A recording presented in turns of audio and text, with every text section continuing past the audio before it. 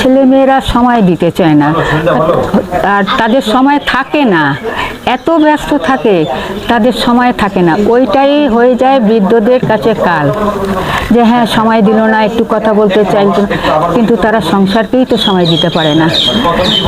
সেই কারণেই আমার মনে হয় তাদের জন্য বৃদ্ধাশ্রম সবচেয়ে বেস্ট জায়গা। সবাই সবার সাথে শেয়ার করে, গল্প করে, টিভি দেখে।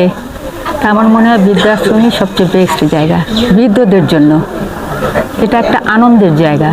যেদিন তুমি বিয়ে করে বউ আনবে, আমি সেদিনই চলে যাব, সেই দিনই আমি তোমার কাছে আসবো, আমি বউ বরণ করে নেব।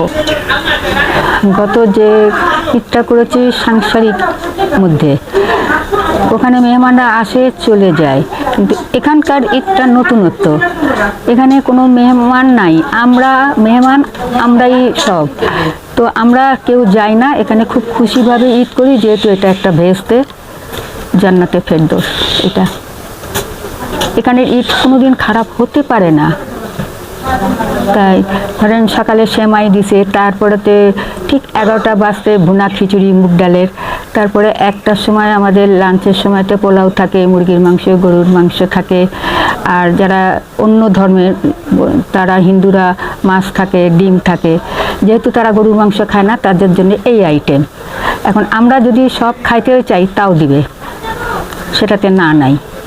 যোগাযোগ আমি করব না, কারণ বাইরের লোকের ক্ষেত্রে আমার যে ব্যবস্থা, যে কঠোরতা, তখন ওদেরকে আমি ক্ষমা করছি না, তাহলে আমার ছেলেকে কেন ক্ষমা করব? সে তো প্রশ্রয় পেয়ে যাবে। তাকে তো আমি লেখাপড়া শিখাইছি অনেক দূর পর্যন্ত, এখন তো আমার করার কিছু নেই। এখন আমি যতটুকু পরিশ্রম করেছি, ও করে দেখুক, ও করে দেখুক। আমি মনে হয় আমি হারিনি। ওকে করতে দেন আপনারা, ও করতে শিখুক, ওর সফলতা ও নিজেই আনুক, ওর অধ্যাবসায়, মায়ের অধ্যাবসায় না। তো মা হিসেবে কখন মনে চাইলে যে সন্তানের সাথে একটু কথা বলে, তার সাথে যদি? হ্যাঁ চাই, কিন্তু হেল্পলেস। আমি হেল্পলেস, আমার করার কিছু নেই। অনেক সময় এরকমই হয়।